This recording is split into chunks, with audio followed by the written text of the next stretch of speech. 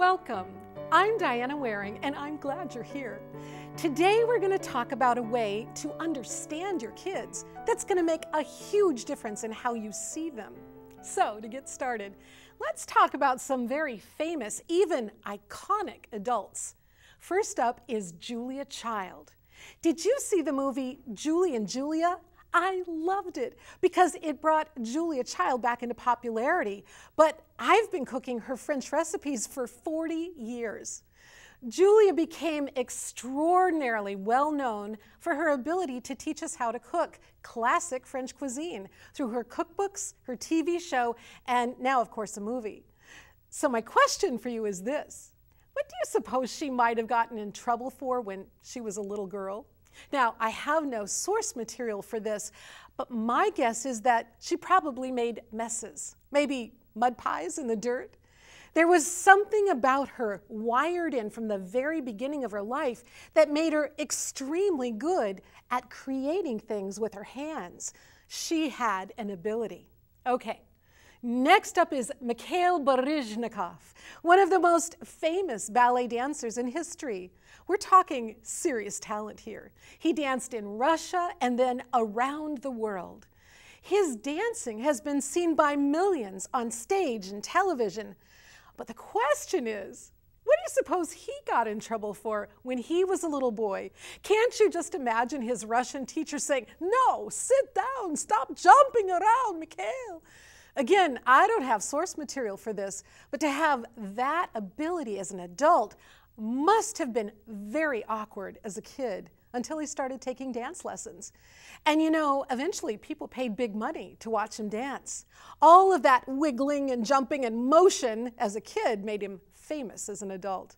And then there's Oprah Winfrey, one of the best-known talk show hosts ever. She is so good at communicating that her talk show has become a fixture on television, which is no small feat. You know what my question is right now, don't you? What do you think she got in trouble for when she was a little girl? Yeah, I'm sure that we'd agree that it was probably for talking too much. You know, I had the same problem. My report cards in school always said she talks too much, and I was often graded down for that. But as an adult, I'm now paid to speak. There's this wild connection between what all of us did naturally and awkwardly as kids that often got us into trouble and what it looks like when we're adults. So this is where my puppy comes into the story. He goes with me whenever I tell the story to help parents really make the connection with what I'm talking about. Have you ever seen a large breed of dog like a golden retriever or a black lab when they're puppies? Have you ever noticed that they have huge puppy paws, way too big for their bodies? And they're kind of awkward, aren't they? They kind of fall all over themselves. It's endearing and cute. We all stand around enjoying that puppy. We don't say, "Why are you so awkward? Why do you keep falling over your feet? What's the matter with you anyway?" And we don't grade them down on their report card. We don't say that, we don't do that, because we all know that the puppy will, within the next few years, grow into those paws. And what was so awkward will be just right. They'll look perfect, just the way they're supposed to look. And they won't keep stumbling over their paws. And neither will your kids. Those things that are making you crazy right now, they're just like puppy paws. Your kids need time to grow into this amazing gift that they've been given.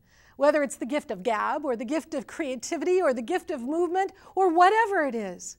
When something bugs you about your children, I want you to stop and remember, oh yeah, those are just puppy paws. They're going to grow into them and it's going to be amazing. Okay, enjoy your kids and their puppy paws today. See you next time.